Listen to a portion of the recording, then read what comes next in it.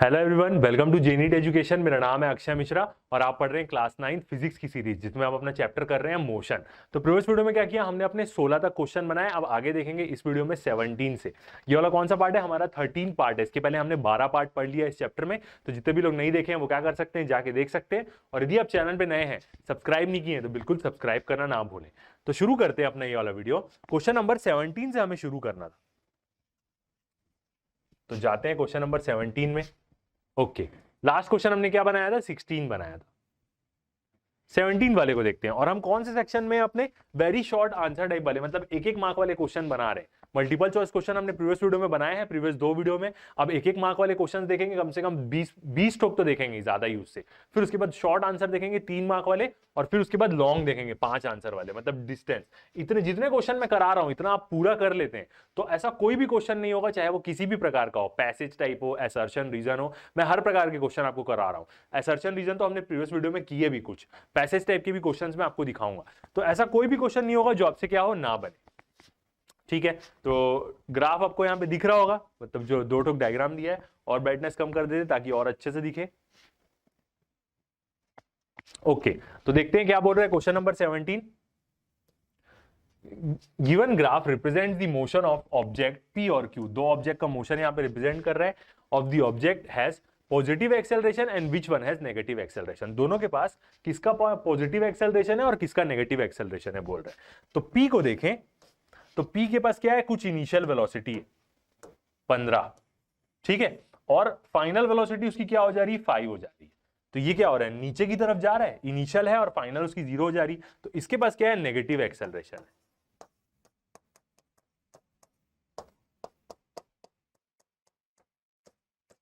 P के पास क्या है, नेगेटिव एक्सेलरेशन। क्यू को देखते हैं। क्यू की इनिशियल वेलोसिटी 0 थी और फाइनल वेलोसिटी 15 हो गई, तो ये एक्सेलरेट कर रहा है। तो इसके पास क्या है, पॉजिटिव एक्सेलरेशन है। पॉजिटिव, यही चीज पूछा है पहचानने ग्राफ देख के। इसको क्या बोल सकते हैं हम, negative acceleration, D acceleration, retardation. Q के पास क्या है, पॉजिटिव एक्सेलरेशन। कौन सा ग्राफ है ये, ग्राफ भी हमें समझ में आना चाहिए, वेलोसिटी टाइम ग्राफ है ये दोनों। और यहां पे जो क्यू का एक्सेलरेशन है वो एक प्रकार से क्या है, स्ट्रेट लाइन भी है। तो यहां पे हम बोल सकते हैं उसके पास कांस्टेंट एक्सेलरेशन भी है। कांस्टेंट, या इसको बोल सकते हैं यूनिफॉर्म एक्सेलरेशन। सब चीज बोल सकते हैं यहां पे, ठीक है। तो याद रखिएगा, कांस्टेंट और यूनिफॉर्म एक्सेलरेशन दिख रहा है। ओके, तो ऐसी एक नंबर का क्वेश्चन पूछेगा, आपको वर्ड्स में यहाँ पे क्या करना है, इसका आंसर करना है। अगला देखते हैं, क्वेश्चन नंबर 18। क्वेश्चन नंबर 18 क्या बोल रहे हैं, डायग्राम ग्राफ विजिबल है। Okay, the velocity time graph of the 2 objects P and Q R given below. 2 object P और क्यू का दिया हुआ है, ट्रू फॉल्स टाइप का क्वेश्चन है। पहला क्या बोल रहा है, object Q starts from rest. जो क्यू है वो रेस्ट से चालू होता है। तो ग्राफ में दिख रहा है, हाँ यार, क्यू की वेलोसिटी, दोनों वेलोसिटी टाइम ग्राफ है, और वो क्या है, 0 से शुरू हो रही है उसकी वेलोसिटी, क्यू की 0 से चालू हो रहा है। तो बिल्कुल ये तो ट्रू है, पहली लाइन। दूसरा देखते हैं क्या बोल रहा है, object Q has more velocity after 5 seconds. मतलब पी से कंपेयर करके बोल रहा है कि क्यू के पास ज्यादा वेलोसिटी है 5 सेकंड बाद। देखते हैं 5 सेकंड में क्यू की वेलोसिटी कितनी है, 10 मीटर पर सेकंड दिख रहा है। ओके, पी की देखते हैं। पी की 5 सेकंड में, पी के पास तो इनिशियल वेलोसिटी भी है, और पी के पास 5 सेकंड में कितनी वेलोसिटी है, 12 मीटर पर सेकंड वेलोसिटी है। तो नहीं, पी ज्यादा तेज है 5 सेकंड में, और पी के पास तो इनिशियल वेलोसिटी भी थी। तो जो सेकंड है कि क्यू के पास 5 सेकंड बाद ज्यादा वेलोसिटी, वो गलत है। तो सेकंड वाला क्या हो जाएगा, फॉल्स हो जाएगा। क्योंकि पी को यदि हम 5 सेकंड में देखें तो उसके पास वेलोसिटी 12 मीटर पर सेकंड की है। तो समझ में आ गया क्वेश्चन ये वाला। ओके, आगे बढ़ते हैं, नेक्स्ट क्वेश्चन देखते हैं। क्वेश्चन नंबर 19 क्या बोल रहा है, if acceleration of a particle is constant in magnitude but not in the direction, then what type of path does the particle follow. बोल रहा है कि किसी पार्टिकल का एक्सेलरेशन कांस्टेंट रहे मैग्नीट्यूड में, मगर डायरेक्शन में कांस्टेंट ना रहे, तो वो कौन सा पाथ फॉलो करेगा। तो याद रखिएगा इसका आंसर क्या है, इसको हमने पढ़ा है, और मैंने यूनिफॉर्म सर्कुलर मोशन में क्या किया है, एक्सेलरेशन का डायरेक्शन दिखाया है कि क्या रहता है। वहां पे मैंने ये नहीं बोला कि एक्सेलरेशन का डायरेक्शन चेंज होता रहेगा, बट मैंने डायग्राम में पूरा दिखाया है आपको, और वो चीज देख के समझ में आएगी कि एक्सेलरेशन का भी डायरेक्शन चेंज होता है क्योंकि वेलोसिटी का डायरेक्शन चेंज हो रहा है। तो यहाँ पे what type of path does the particle follow, किस टाइप का पाथ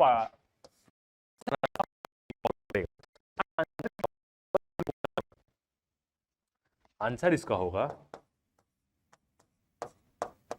CIR, सर्कुलर पाथ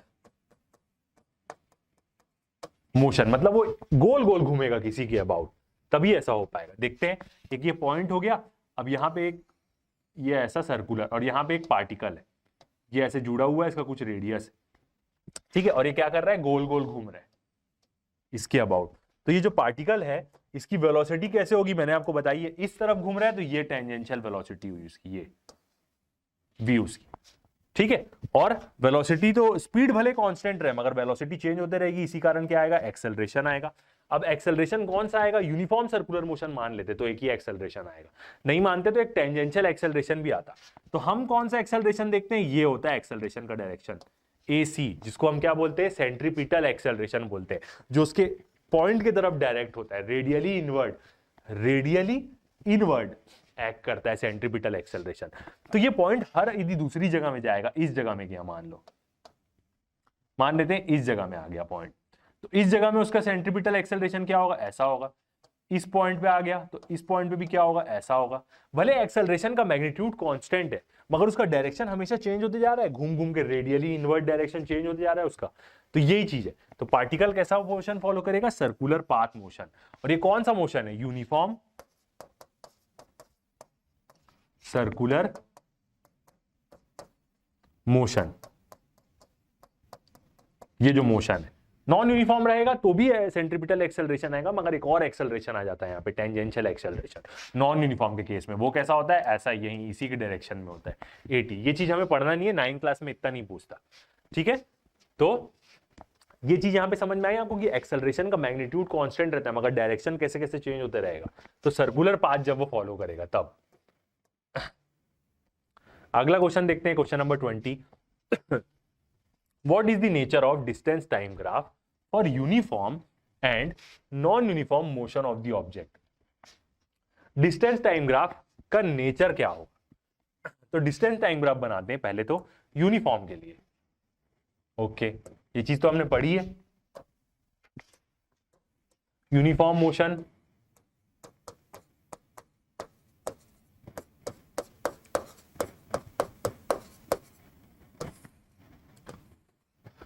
अब यूनिफॉर्म मोशन में डिस्टेंस टाइम ग्राफ कैसा बनता है, ये हो गया S और T, S T, ये हो गया यूनिफॉर्म मोशन के लिए स्ट्रेट लाइन, ठीक है। अब नेचर क्या होता है, यहां पे क्वेश्चन में पूछा है नेचर, तो नेचर के लिए क्या लिखेंगे यहां पे, स्ट्रेट लाइन। बिल्कुल, नेचर क्या होगा इसका, स्ट्रेट लाइन। ये हो गया आंसर। अब दूसरा बोल रहा है नॉन यूनिफॉर्म मोशन के लिए, देख लेते हैं। नॉन यूनिफॉर्म मोशन,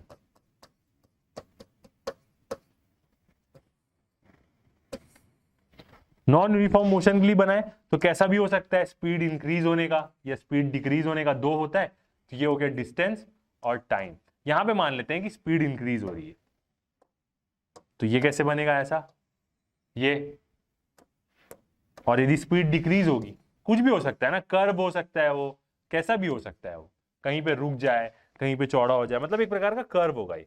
और यदि स्पीड डिक्रीज होगी तो ये ऐसा, मतलब क्या होता है, एक प्रकार से नेचर इसका क्या होता है, कर्व होता है।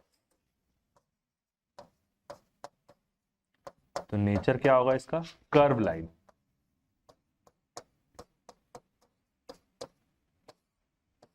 नेचर होगा इसका कर्व लाइन का। ओके, आगे बढ़ते हैं, नेक्स्ट क्वेश्चन देखते हैं। What can you say about the motion of an object whose distance time graph is a straight line parallel to time axis? किसी ऑब्जेक्ट का मोशन क्या बोल सकते हो जिसका डिस्टेंस टाइम ग्राफ, इसको तो बना चुके हैं, डिस्टेंस टाइम ग्राफ कैसा होगा, ये एस और टी, और क्या बोल रहा है, straight line parallel to time axis, ये है straight line parallel to time axis, तो इसको हम क्या बोल सकते हैं, रेस्ट में होगा पार्टिकल, और उसकी वेलोसिटी क्या होगी, जीरो होगी, वेलोसिटी जीरो, स्पीड जीरो, कुछ भी बोल सकते हैं, और स्ट्रेट लाइन में होगा वो, तो ये होगा इसका answer, parallel to time axis, time axis नीचे वाला है, तो उसका मोशन क्या है, उसका मोशन क्या है, रेस्ट में, 21 का आंसर अपना। ओके, एक और क्वेश्चन देखते हैं नेक्स्ट, ऐसा ही वाला। अब ये क्वेश्चन भी सेम वैसी है, मगर ये अलग है, दूसरे ग्राफ के लिए। What can you say about the motion of an object if its speed time graph बोल रहा है, speed time graph is a straight line parallel to time axis, तो स्पीड टाइम ग्राफ मतलब वेलोसिटी टाइम ग्राफ ही होगा, एक प्रकार से मान लेते हैं, स्पीड हो गई यहां पे या वेलोसिटी आ गई, ठीक है। एस मतलब यहां पे डिस्टेंस मत समझिएगा, एस टी ग्राफ मत समझिए, ये स्पीड है या वेलोसिटी, और नीचे क्या आएगा, टाइम। अब वो क्या बोल रहा है, स्ट्रेट लाइन होगा पैरेलल टू टाइम एक्सिस, ये तो इसका मतलब क्या होगा यहाँ पे कि उसकी स्पीड कांस्टेंट है, मतलब वो सेम रफ्तार के साथ चल रहा है, टाइम जैसे से आगे बढ़ रहा है, तो इसका मतलब क्या होगा, स्पीड जो है वो क्या है, कांस्टेंट है। हम तो जनरली वेलोसिटी टाइम ग्राफ बोलते हैं, तो वेलोसिटी की बात करें तो वेलोसिटी भी यहां पे क्या होगी, कांस्टेंट होगी, और जब ये ऐसा स्ट्रेट लाइन होता है ना, मतलब वेलोसिटी टाइम के साथ बढ़ नहीं रही है, तो इसको आप क्या बोल सकते हैं पता है, यूनिफॉर्म मोशन बोल सकते हैं। बिल्कुल, इतना तो पढ़ ही लिए हम कि 2-3 नाम से बता सकें उसको, uniform motion, constant velocity, speed के बारे में बोला है यहाँ पे, फिर भी यूनिफॉर्म मोशन तो है ही वो। ओके, 22 हो गया, आगे देखते हैं 23। What quantity which is measured by area occupied below the velocity time graph? Velocity time graph के अंदर जो एरिया होता है वो क्या क्वांटिटी बताता है, तो बना के देखते हैं, ये हो गया वेलोसिटी और ये टाइम, ठीक है। एक्सेलरेशन हो रहा है यहाँ पे, मान लेते ये है यूनिफॉर्म एक्सेलरेशन हो रहा है यहाँ पे। ओके, अब यहाँ पे जो ग्राफ के अंदर का एरिया रहता है वो क्या बताता है, ये 2 पॉइंट ले लेते ऐसे, अब ये एरिया वो पूछ रहा है, ये क्या बताता है हमें, डिस्प्लेसमेंट बताता है, ये एरिया क्या बताता है हमें, डिस्प्लेसमेंट, कि पार्टिकल की डिस्प्लेसमेंट क्या है, या डिस्टेंस भी बोल सकते हैं, दोनों चीज बताता है ये। तो क्या क्वांटिटी वो मेजर करता है, डिस्प्लेसमेंट मेजर करता है, area under velocity time graph. तो ये जो एरिया है ये क्या बताएगा हमें, डिस्प्लेसमेंट बताएगा कि कितना डिस्प्लेसमेंट हो रहा है, एरिया को कैलकुलेट करेंगे तो, ठीक है। और एक और चीज, नेक्स्ट चीज याद रखेंगे कि वेलोसिटी टाइम ग्राफ का जो स्लोप है, इस ग्राफ का जो स्लोप होगा वो क्या देता है हमें, एक्सेलरेशन देता है।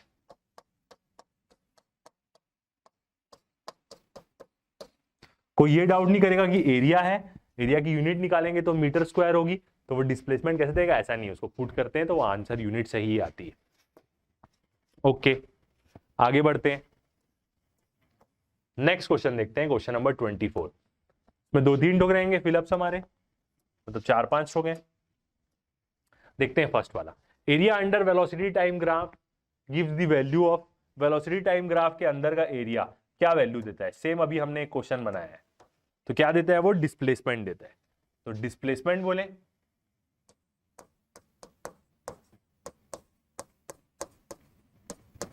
या कहीं कहीं पे इसका आंसर डिस्टेंस ट्रेवल भी होता है, डिस्टेंस ट्रेवल्ड, दोनों सही है क्योंकि हमने दोनों चीज निकाली है एक प्रकार से, ठीक है। दूसरा देखते हैं, the motion of a blade of an electric fan around the axle is, पंखे का जो मोशन होता है, मतलब पंखे के जो ब्लेड्स है उसका मोशन उसके हब के अराउंड कौन सा मोशन होता है, वो एग्जांपल ऑफ क्या है वो, यूनिफॉर्म सर्कुलर मोशन, बिल्कुल वही है। ओके, अगला देखते हैं, a particle can not be accelerated, एक पार्टिकल एक्सेलरेट नहीं हो सकता if it's dash is constant, तो यहां पे आंसर क्या आएगा बताओ, यहां पे आंसर आएगा वेलोसिटी, क्यों, क्योंकि यूनिफॉर्म सर्कुलर मोशन में उसकी स्पीड कांस्टेंट होती है फिर भी वो एक्सेलरेट हो जाता है, मगर यदि वेलोसिटी कांस्टेंट हो गई तब वो एक्सेलरेट नहीं होगा। स्पीड यहाँ पे आंसर नहीं आएगा। क्यों नहीं स्पीड आंसर आएगा? क्योंकि यूनिफॉर्म सर्कुलर मोशन में स्पीड कांस्टेंट होती तो भी वहां पे एक्सेलरेशन आ जाता है। तो वेलोसिटी यदि कांस्टेंट हो गई तो पार्टिकल एक्सेलरेट नहीं हो सकता भाई, तब नहीं कर सकते। तो आंसर क्या होगा? वेलोसिटी होगा। फोर्थ वाला देखते हैं, motion of A particle on a wheel is an example of uniform circular motion. बिल्कुल सही। एक व्हील में कोई भी पॉइंट ले लें तो वो एक पॉइंट के अबाउट गोल गोल घूमता है, तो वो यूनिफॉर्म सर्कुलर मोशन है। हाँ। फिफ्थ देखते हैं, the velocity changes due to continuous change in, ये यूनिफॉर्म सर्कुलर मोशन से रिलेट करके आंसर पूछ रहे हैं कि बार बार वेलोसिटी चेंज क्यों होती है, क्या चेंज होने के कारण वेलोसिटी चेंज होती है। तो यहां पे आंसर क्या होगा? यूनिफॉर्म सर्कुलर मोशन को सोच के फिलअप्स बनाए, तो आंसर यहां पे होगा direction of motion. Direction of motion bar bar change होता है, इसीलिए वेलोसिटी बार बार चेंज होती है यहां पे यूनिफॉर्म सर्कुलर मोशन को सोच के। इसके बाद अगला देखते हैं, the acceleration of A movie body can be found from area under velocity time graph.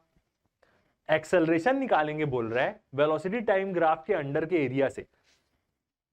Can be found, बिल्कुल नहीं, गलत, फॉल्स होगा इसका आंसर, क्योंकि वेलोसिटी टाइम ग्राफ के स्लोप से एक्सेलरेशन निकलता है। इससे क्या निकलता है? डिस्प्लेसमेंट निकलता है एरिया अंडर। तो 6 का आंसर क्या है? फॉल्स। 7 वाला देखते हैं, area under velocity time graph gives displacement. बिल्कुल सही, ट्रू। तो ऐसा आपको ट्रू फॉल फिलअप्स, मतलब मैं हर क्वेश्चन का आपको आइडिया दूंगा ताकि कुछ भी पूछ ले तो आप बना ले। ओके, आगे बढ़ते हैं। नेक्स्ट देखते हैं question number 25। Is the motion of a body uniformly और accelerated if it goes around the sun with constant speed in circular orbit. क्या बोल रहा है कि क्या बॉडी का मोशन यूनिफॉर्म है और एक्सेलरेटेड है यदि वो सन के अराउंड जाएगी इन ए सर्कुलर ऑर्बिट। तो सन क्या है? सेंटर में, और कोई भी बॉडी उसके सर्कुलर ऑर्बिट में घूमेगी, तो यहां से तो हम उसको बोल सकते हैं कि उसकी स्पीड कांस्टेंट है।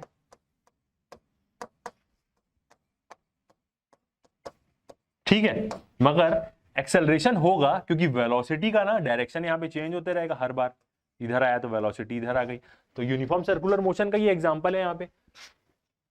तो आंसर क्या होगा? यस होगा यहाँ। वेलोसिटी चेंज होते रहेगी बार बार, तो एक्सेलरेशन आएगा।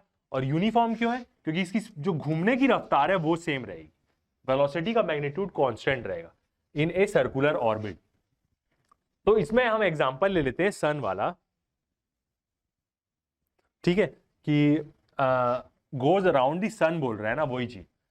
कोई भी बॉडी मतलब यहाँ पे अर्थ बोल रहा है, मगर रियल लाइफ में देखें तो रियल लाइफ में क्या होती है, कोई भी बॉडी सन के अराउंड सर्कुलर ऑर्बिट में नहीं घूमती है, वो एक इलिप्टिकल ऑर्बिट में घूमती है, याद रखिएगा। तो रियल लाइफ में ऐसा नहीं होता है। और रियल लाइफ में उसकी सही बात है, स्पीड उसकी कांस्टेंट रहती है, मगर वो एक्सेलरेट होती है। अर्थ भी जब सन के पास जाता है तो तेज हो जाता है, और जब उससे दूर जाता है तो धीरे हो जाता है। तो याद रखिएगा कि ये क्वेश्चन के हिसाब से हम सर्कुलर ऑर्बिट ले रहे हैं, मगर जब वो वाला केस आएगा ओरिजिनल अर्थ और सन का, तो वहां पे स्कीम लागू नहीं होगी, क्योंकि अर्थ एक एलिप्टिकल ऑर्बिट में घूमता है। क्वेश्चन के हिसाब से इसको हम ऐसा बोल सकते हैं। तो आंसर क्या होगा? यस, 25। 26 देखते हैं, find the angular velocity of the satellite which revolves in a circular orbit of radius 35 kilometre and completes one round in 12 hour. एक राउंड वो 12 घंटे में कंप्लीट करती है। यहाँ पे ना ये टाइम पीरियड दिया हुआ है। उसका टाइम पीरियड क्या होता है कि कोई भी बॉडी किसी के चारों, किसी के और आसपास घूम रही है, किसी को सेंटर बना के घूम रही है, तो वो एक रिवॉल्यूशन कितने टाइम में कंप्लीट करती है? 12 घंटा। तो वो अगला रिवॉल्यूशन भी 12 घंटे में ही करेगी, नेक्स्ट राउंड भी 12 आवर में ही कंप्लीट करेगी। तो यहाँ पे क्या दिया हुआ है क्वेश्चन में, हमें देखते हैं। गिवन रेडियस दिया हुआ है। अब ये क्वेश्चन ना नॉर्मल तरीके से नहीं बनेगा, जो हमने एक प्रीवियस वीडियो में ओमेगा वाला कंसेप्ट लेके बनाया उससे बन जाएगा। 35,000 किलोमीटर बोल रहा है, और टाइम पीरियड दिया है टी। टाइम पीरियड एक कंप्लीट रिवॉल्यूशन का टाइम होता है 12 आवर। ओके, तो यहां पे क्या करेंगे, हम ओमेगा निकालेंगे, एंगुलर वेलोसिटी, और उसका फॉर्मूला क्या होता है? 2π/t होता है। कोई भी चीज गोल गोल घूम रही है या कोई भी चीज पीरियोडिक मोशन कर रही है, इसका मतलब वो हर एक राउंड, चाहे वो कुछ भी कर रही हो, अपना वो एक पैटर्न एक पर्टिकुलर टाइम इंटरवल में कंप्लीट करती है।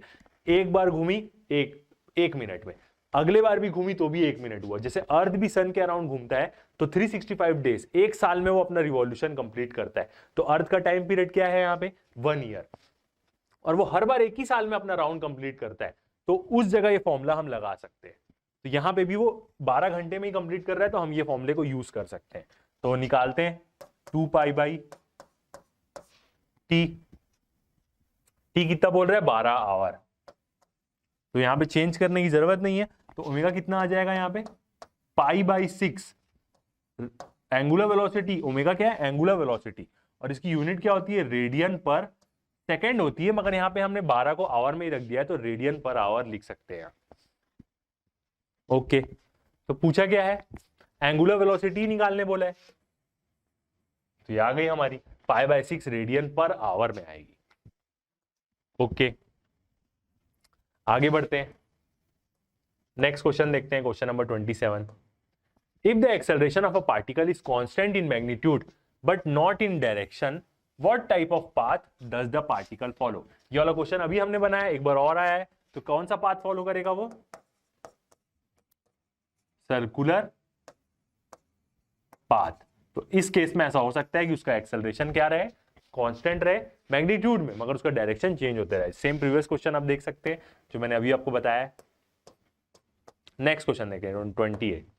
Area around the velocity time graph line is 40 metre. एक एरिया है वेलोसिटी टाइम ग्राफ का, वो क्या है, 40 मीटर है। What physical quantity does this area represent. तो ये जो डाटा है ये कंफ्यूज करने के लिए दिया है, कौन सी physical quantity area under velocity time graph represent करता है। तो वो कौन सी फिजिकल क्वांटिटी होती है, डिस्प्लेसमेंट। तो इसका आंसर क्या होगा, डिस्प्लेसमेंट। ओके, आगे बढ़ते हैं,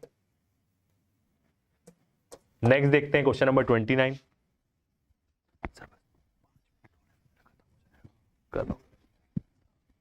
क्वेश्चन नंबर 29 देखते हैं। Does the motion of a second hand of a watch represents uniform velocity और uniform speed।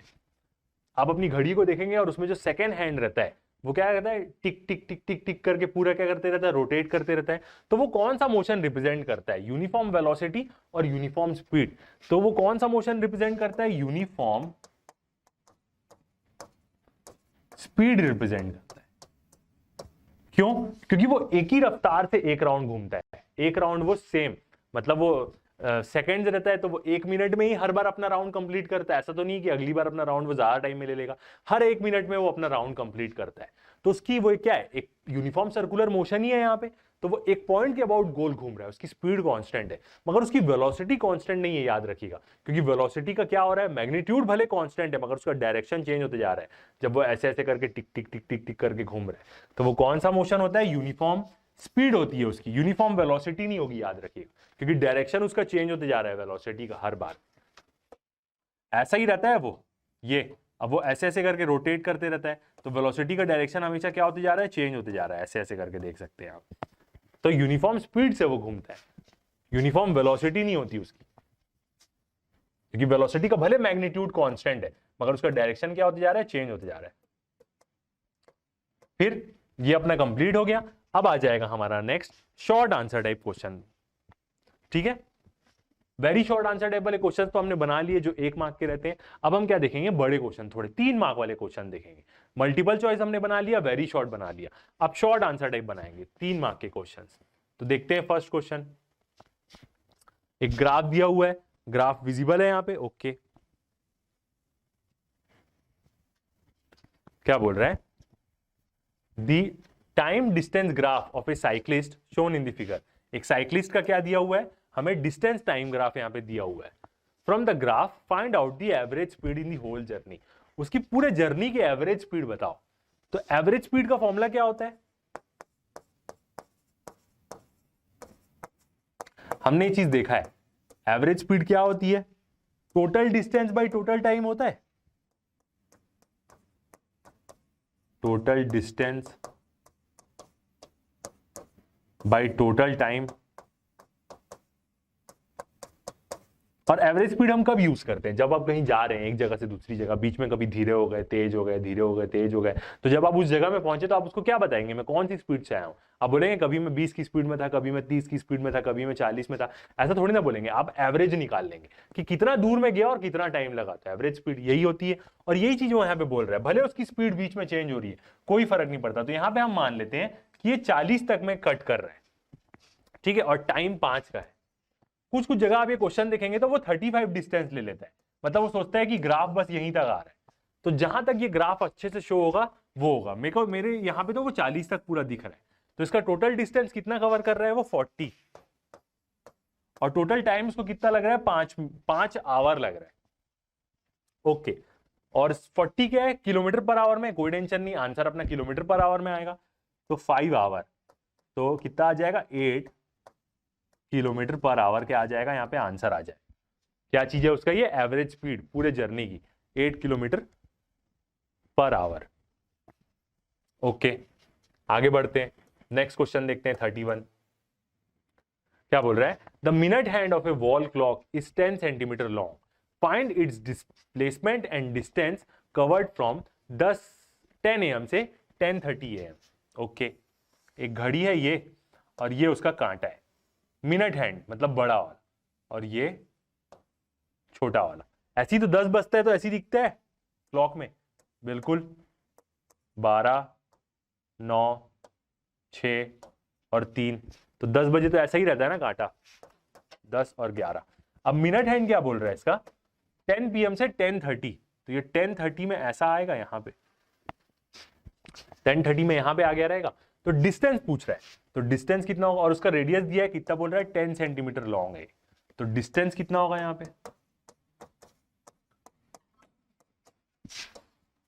पूरा क्या होता है 2πr डिवाइड बाई 2, पूरा राउंड कंप्लीट करता तो 2πr लेता। अब यहाँ पे क्या है, डिवाइड बाई 2, तो कितना हो जाएगा πr। r कितना दिया है हमें, r दिया है 10 सेंटीमीटर। किसमें रखें उसको, सेंटीमीटर में ही निकाल लेते। यहाँ पे डिस्टेंस कितना आ जाएगा, इसको सॉल्व करेंगे, पाई इंटू 10 तो 31.4 सेंटीमीटर आ जाएगा। डिस्प्लेसमेंट देखें तो डिस्प्लेसमेंट क्या होगा, ये 2r, इस पॉइंट से लेके इस पॉइंट तक,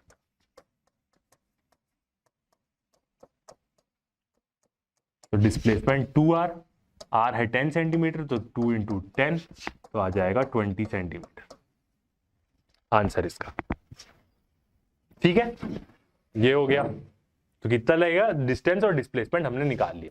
ओके, तो अभी हम क्या 31 तक सॉल्व करते हैं। नेक्स्ट वाली वीडियो में हम क्या करेंगे, क्वेश्चन नंबर 32 से शुरू करेंगे। बने रहिए हमारे साथ, अभी तक के लिए इतना ही, थैंक यू।